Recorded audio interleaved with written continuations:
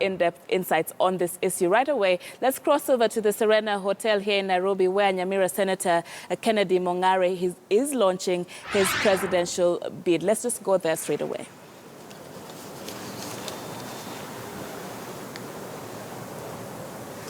I came to this depressing conclusion that all these ideals have been betrayed by the subsequent governments, more so the current government. In a nutshell, every Kamau, Kerubo, Nyango, and Wanyama have been betrayed and sacrificed for a few to enjoy the fruits of our hard-won uhuru. This is an unacceptable state of affairs. Kenya can't and won't survive as a nation if it confines on this structure.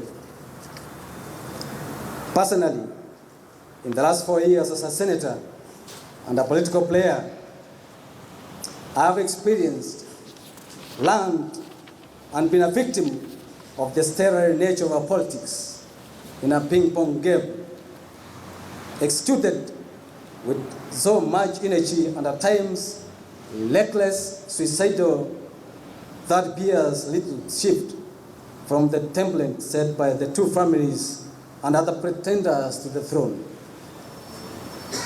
I therefore on this day, December 27th, 2016, announced my intent to run for the president in 2017.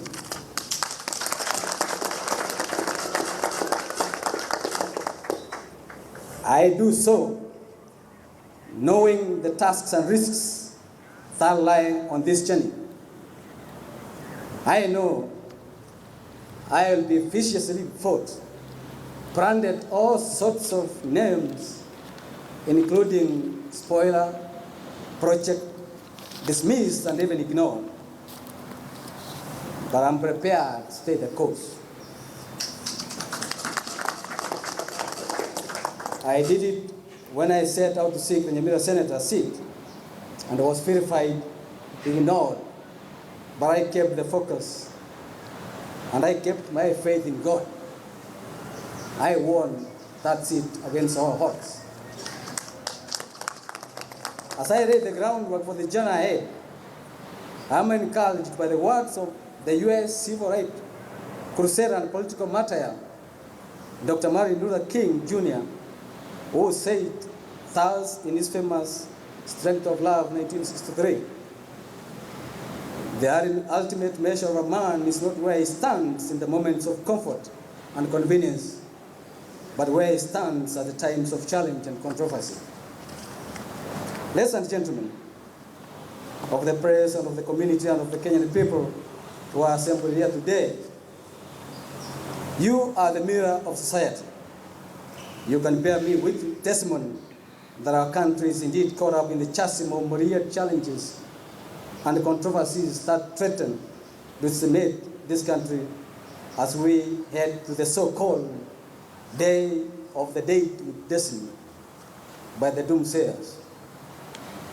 As a patriot, my name may not feature much in the role of name recognitions and pedigree, but I will stand with Kenya and Kenyans in the most trying moment to help pull out of the depths of bondage and despair that is perpetuated by the shameless current political high priests and paragons of deceit. And this is my promise to you that the following will be my thematic areas that will guide my declaration today. On the issue of foreign policy, we will restructure and reshape our foreign policy to reclaim our country's honor and respect in the Committee of Civilized and Democratic Nations. Kenya will be listened to by all the issues, especially that of Migingo, the issues of and plight of Kenyan citizens left to languish in jail in countries abroad, more especially friendly countries in Saudi Arabia, Southern Sudan, Tanzania, and all other countries where we have Kenyans languishing in such jails without any intervention from our country. On the matters dealing with youth unemployment, you were aware that the current government promised Kenyans that every year they'd be creating over 500,000 jobs. I've seen none. What we are experiencing now is companies relocating, retrenching. We will work for skill-based education and training, encourage setting up of value addition agro-based industries, the jobs, create ICT apps for innovation, and set up special seed kit facilities for startups, among other realistic initiatives that will, through harness the potential of our youth, who comprise 70% of our population. On food security, our country is insecure. It lacks dignity and the symptom of failed leadership. Imagine 53 years of independence. Kenyans can go hungry, sleep with wild fruits. To this end, I address the controversy around tenure system and ownership questions to unlock the potential of this primary source of protection. We will ensure that the speculative nature of land that has caused us debt and ending intercommunal conflicts that are tied to the country's poles every circle will be the thing of the past. The evils of corruption and ethnicity. This is the cancer which is eating the Kenyan people down to their graves. These two vagaries are a root cause of exclusivity, inequalities, marginalization of minorities, and are addressed through an inclusive strategy that do not retrace but spell out consequences of the perpetrators. Corruption has been permitted all governments. The current government, the opposition, is ridden with corruption. I ask anyone in the government, those who fly our GK vehicles, either in government, and those who have flown our GK vehicles into opposition, to stand up and be counted if they are not corrupt. Our government, which will be the government of the Kenyan people, will work tirelessly in enhancing the capacities of the National Intelligence Service. Our government will recruit the best of the best from the uniformed forces to work in the National Intelligence Service. And our government will act on the recommendations of the National Intelligence Service, which the current government has given blind eyes and deaf ears to. On the issues of corruption, this country has been discriminating against a cadre of 1-2% of the Kenyan people. The so-called surgeries in the police, the so-called surgeries in the judicial sector is just a drop in the sea.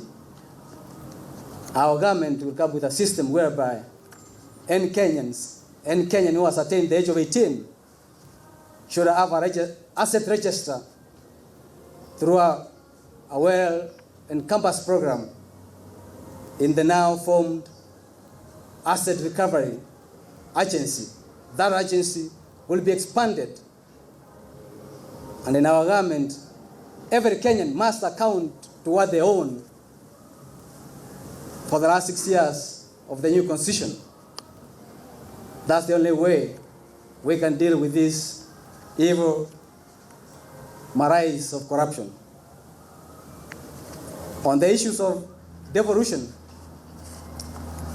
our government and the government of the Kenyan people will capacitate the status of the Senate through the referendum so that they can have the status of the upper house as it was envisaged in the earlier document, which was incidentally mutilated by most of the senators sitting in the Senate today.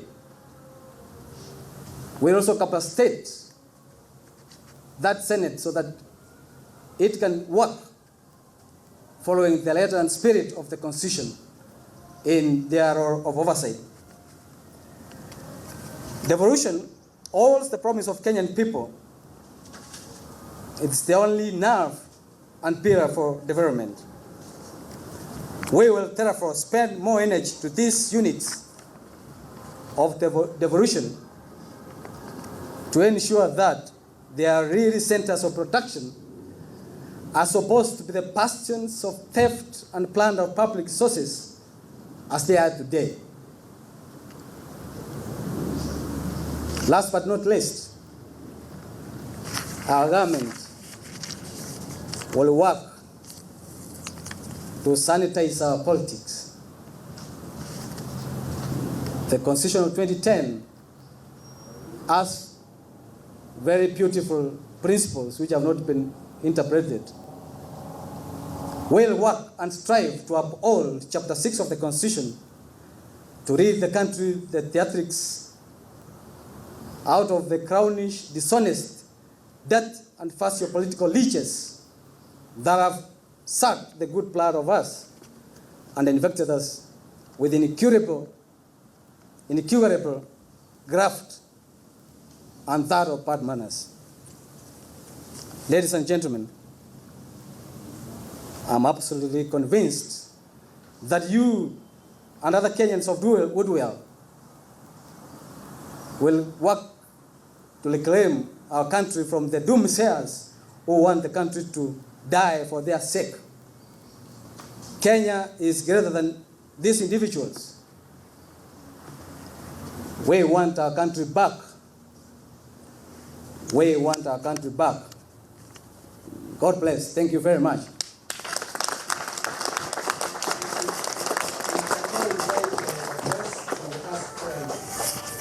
You have a question? Yes. You can give it. You have a question?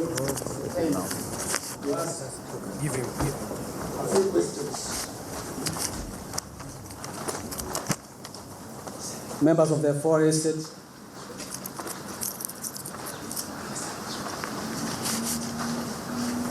Kwa muktasari tu, wacha nirudie yale ambayo nimeongea kwa lugha ya Kimombo kwa lugha ya Kiswahili. Leo hii, mabibi na mabwana, nimesimama mbele yenu kuhusia jambo la muhimu tunapoelekea uchaguzi. Mimi leo hii natangaza hazima yangu ya kugombania kiti cha urais ifikapo mwaka 2017 na sheria zote zikiwa tayari kwa sisi kuwania hicho kiti. Nimefikia msimamo huu kwa hali ya taharuki nchini, hali ya kutoendelea kwa nchi, hali ya umaskini ambao umekithiri nchini, hali ya ufisadi ambao imekithiri misisi miaka 53 tangu tupate huru. Hata yale magatusi ambao nchi ya Kenya ilipigia kura kwa katiba mpya haijawahi wanufaisha wananchi, bila tu inanufaisha asilimia chache, chini ya 1% ya Wakenya. Asilimia 90 kwenda mbele hawafurahii kuwa huru.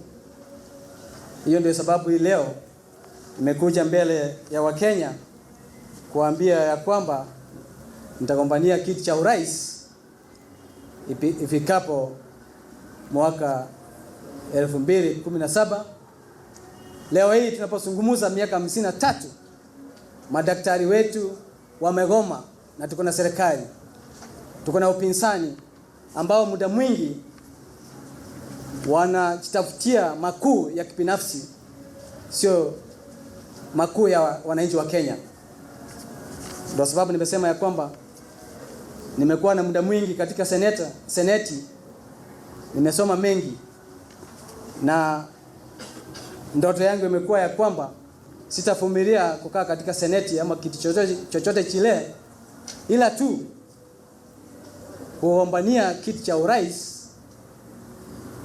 na Wakenya wenzangu wa hali ya juu, tapaka mbalimbali, tuirudishe nchi yetu kwa barabara ya manufaa. Asante sana.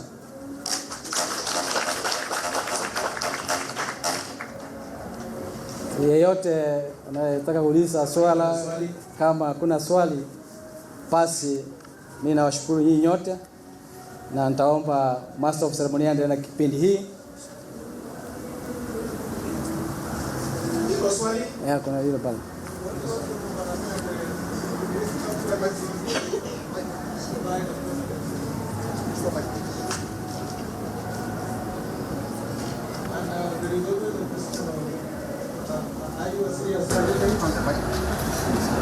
Or you're just looking for maybe finances? Last question. I need no finances. I'm a man of means. For myself, I need no finances. Secondly, I hope you are here early enough to see that I have been supported by a coalition of almost 30 political parties in a forum where I belonged before I became a senator. And at the appropriate time, we'll sit with the coalition to see which way forward.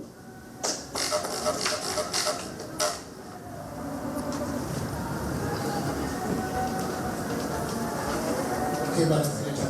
You mentioned several things, including foreign policy, devolution, corruption, but you've not explained how you are going to deal with those issues. Would you just briefly explain